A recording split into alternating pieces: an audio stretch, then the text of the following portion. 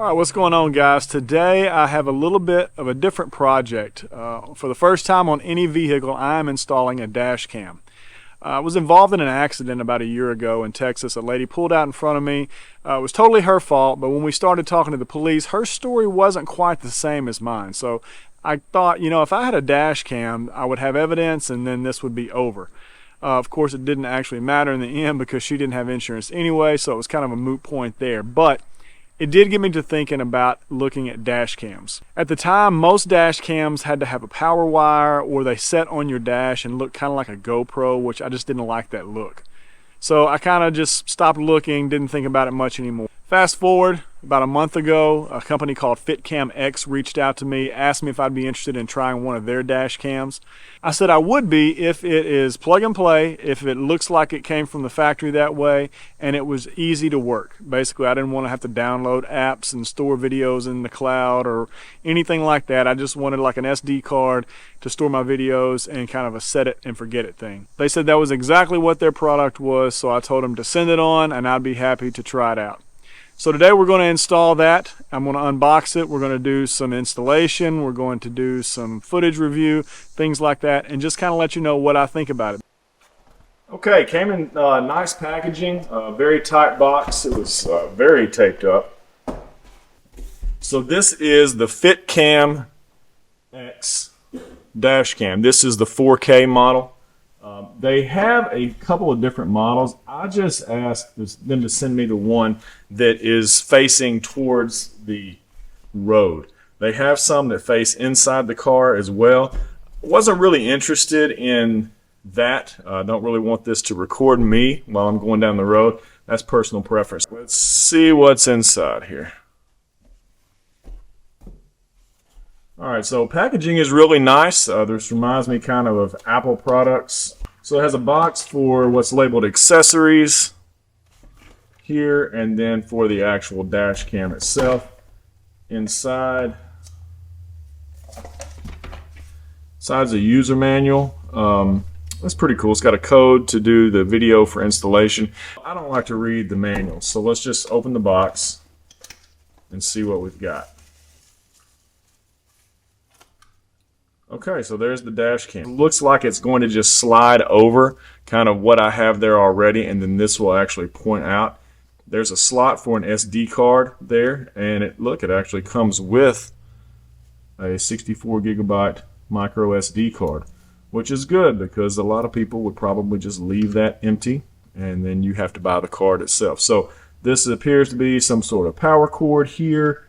It's got some nice felt here over the top that will sit probably where your windshield is, so there won't be any scratching. Alright guys, this looks like a pretty simple install, so I'm going to do what I love to do and not read the instructions. However, if you are an instruction person, these are very detailed. You have a QR code here to actually check out a video. These are the QR codes to download the app, and then they actually also have instructions inside here, ways to contact them. This is a very in-depth owner's manual. And so again, I don't want to read the instructions. I want to see how user-friendly this thing is. I love doing things without the instructions because then it gives me the opportunity to learn, because I usually mess something up. So I think what is going to happen on this is this piece right here, and they include this little pry bar here. If we put this in here and just kind of pop up this mount here, this will slide over the rear view mirror. There's a screw in there. We'll mount this. It's got this nice felt on here, and then we'll just pop this into place. Now it also comes with this pigtail connector, which is great because this means you don't have to do any wiring. I'm interested to see how much of this will fit up under the mount. I think this piece probably will here, but probably not this pigtail.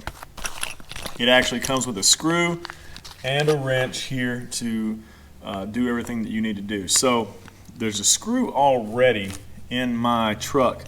I assume this is a longer one to account for this here, so this will replace the screw that's in there. And then after that, it should just be downloading the app. All right, so I did open the instructions up here just so you could see some of the features here. Again, there's the power button and the camera button. Installation, that's basically scanning the QR code there. Talks about setting up the Wi-Fi and the app, and then some basic functions here. The way I believe this camera functions is that it's going to basically run all the time, and then some of these modes like this G-sensor mode, basically if you have a collision, it senses it and then locks the video. That way you have the video saved. Parking mode is not going to be available on what we have because that would require power when the car is off. This is going to be powered through the mirror. It's a plug and play. They do have other options where you can hardwire this or put this into a fuse box. And then you've got loop mode, and then just how to format your SD card. So these are just some basic instructions. They have them in pretty much every language you can think of. This thing is huge. So again, there are no instructions in here. This is just the features, the installation instructions. They link you to a video, but have a nice place right on the front of it for you to just click that. But again, I'm a glutton for punishment. Maybe I'll mess something up, tear it up, so you can learn what not to do. First thing probably to do, I guess, if you've got time and don't like to have fun, just read the instructions. All right, let's get this thing installed. Again, I think this is going to be pretty simple.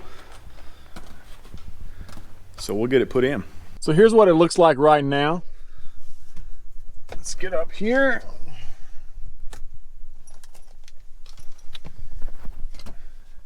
And we're going to take our handy dandy screwdriver and we're going to loosen the existing screw here. All right, so that is a considerably shorter screw. We're going to pop this up here.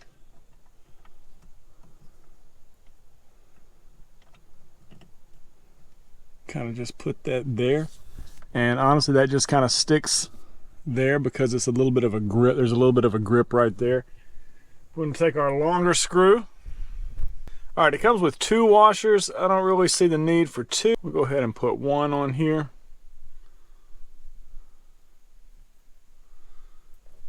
And we'll go ahead and get that started by hand and go as far as we can. I probably could go a little further, but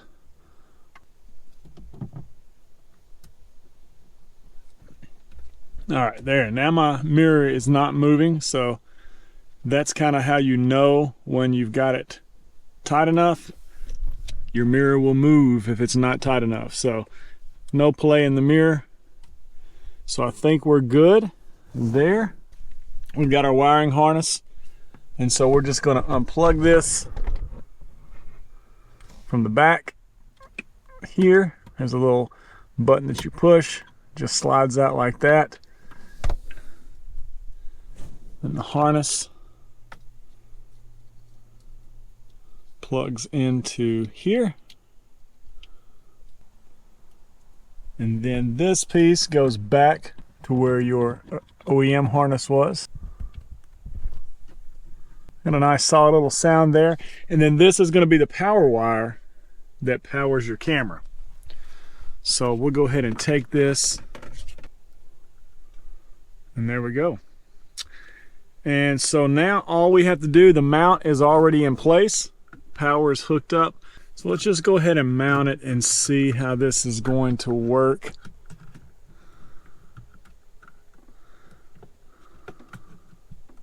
So we're going to push that wiring harness out of the way. And then the camera just kind of lines up, pushes up. All right, and you get a nice little click there when you do that. And there's quite a bit of wire actually back here. I was kind of hoping we could do something with this. Maybe we can tuck it in here.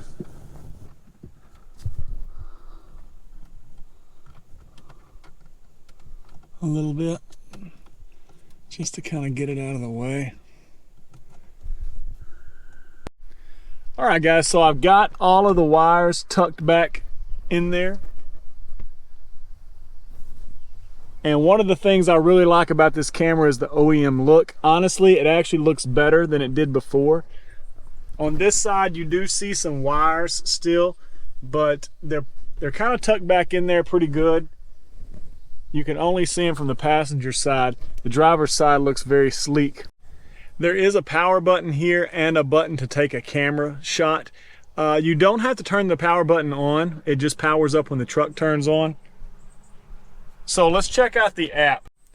All right, so we're going to go to the Wi-Fi here to the connection for the camera. It's an LHD. We're going to go here to the app, and this is the first time we're using it, so we're going to add camera. And it just finds the camera. No codes, no anything like that. Now I'm getting a little bit of an error here. It says my memory card has a problem. It really does have a problem because it's not in there. I recorded some footage and took it out, so that's why it is saying that. But this is a pretty neat app. You can turn sideways and get a wider view, and you see the date and the time down there, which was really helpful for any kind of accident. Some other things you can do, you can start or stop recording, you can take a picture, you can access your SD card from here, and then probably the most important thing is your camera settings. You can choose to record sound, change the speaker volume, image resolution. Right now I've got the video set on 4K. If you want to have more space in your card, you can change that to a lower amount. But with the collision sensing on, it actually is going to lock and save anything it senses that you've had an accident in. So basically it's going to keep what it needs to keep, so there's really no reason to have a lot of footage on there unless you just have a need for that. And then the parking monitoring, we don't have that because this is not hardwired. This is powered through the rear view mirror. It has the Wi-Fi name on here, firmware version, things like that. You can even compensate for exposure, maybe for nighttime settings and things like that. Very user-friendly. You know, it just works, and that's kind of what we're looking for, something that just works. You don't have to put in a lot of codes. It's not hard to connect to the Wi-Fi. I'll be honest, I'm not probably going to use this very much. Like I said, I just wanted something that was going to be a set it and forget it type thing. So as long as it's recording to the memory card, that's really all I'm looking for. So let's go check out some memory card footage. I did some driving. I have a daytime shot, nighttime shot, and show you kind of what that looks like. All right, guys, so we put the memory card in here. It shows up as Novatech and then movie. And then it looks like what it's doing is basically doing a minute-long clip, which I kind of like that. So this is the 4K resolution. This looks pretty good. And then one of the concerns I had when I was looking at the phone is that this date and time were kind of in the white here of my vehicle. So I'm glad to see that that's down here now at the bottom. But that's really clear video. Again, this would record sound if I wanted to, but I don't think you need sound, especially if I'm going to have an accident. You may not want to record what you say during that time. So that looks pretty good. But you can kind of see what it would look like at night, mostly just the headlights. So you know, if you pause it here from a perspective of a car hitting you or something like that, you know, it's at night, it's pretty much going to have to be within the realm of your lights. So if they hit you kind of on the side here, it may be difficult to tell kind of what's going on there. All right, guys, so that is the Fitcamx 4K dash cam. I'm really pleased with it. I've been using it for a few days now. It just works. I don't have to turn it on. I don't have to press a power button. I don't have to press record button. When I turn the truck on, the camera is on and it's recording. So it's worked out great. It has an OEM look and is user friendly. When Fitcamx sent this to me, they did give me a discount code. So if you guys are interested in this, they make them for all types of vehicles, not just Fords. Use those discount codes below if you want to get one, and stay tuned for more videos.